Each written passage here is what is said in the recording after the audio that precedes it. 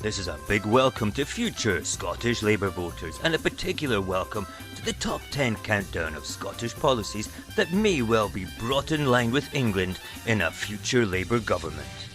Remember, what follows here was all brought to you by a government that put Scotland first. At number 10 of possible changes to Scotland we may expect under a Labour government is water meters. Yes, water meters. The regulating of our water usage and even privatisation of our national industry up here. I bet you'd be happy paying for a glass of our totally tasty Scottish water in the future, Labour voters. But it's great because it keeps us in line with England, uniting the kingdom. At number 9 is the scrapping of the Scottish child payment. Why does Scotland need to have a poverty-busting benefit unique to our country that helps vulnerable families in a time of poor Westminster decisions? It is not fair that England don't have this benefit. Perhaps England should be asking their politicians why they don't have it. Baby boxes are at number 9. Let's face it, nobody liked a baby box, did they? It was gimmicky and did nothing to help families across Scotland as a positive start to bringing in a new baby Scot into the world. Again, let's scrap this and keep us in line with England. Keeping with the theme of making it more difficult for Scottish families across our country, let's just scrap free early years education and free childcare to keep it in line with England. That is number 7 on our list. We're almost halfway there with our top 10 countdown of policies that could be under jeopardy in a future Labour government.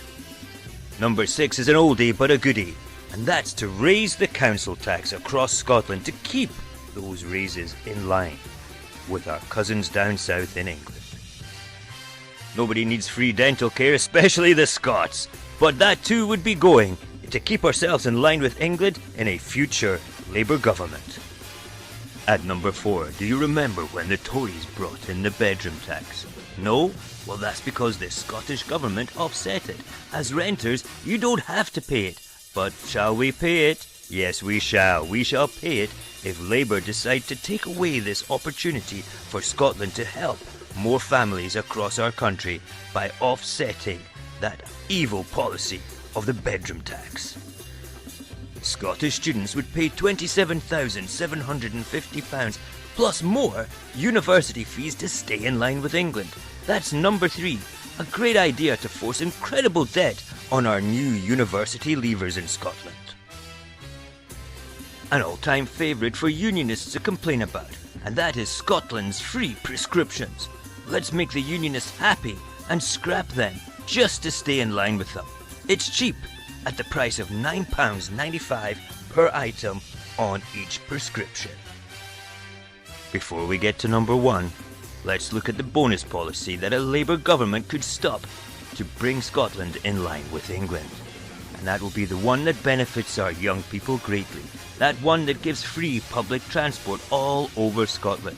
That's right, the National Entitlement Card could be scrapped. Free public transport to our under 22-year-olds stopped to keep us in line with England by charging our kids to travel on the buses. And now, the one you've been waiting for, the number 1 policy that could be brought into line with England, and I bet you guessed what it would be already, and that is, let's fund the National Health Service the same as they fund it in England. With an already underfunded health service in Scotland due to the Barnett formula, I think that underfunding and privatising more of the Scottish NHS is a great idea to keep ourselves in line with England. Yes, indeed, I look forward to the potential of a future Labour government on these islands.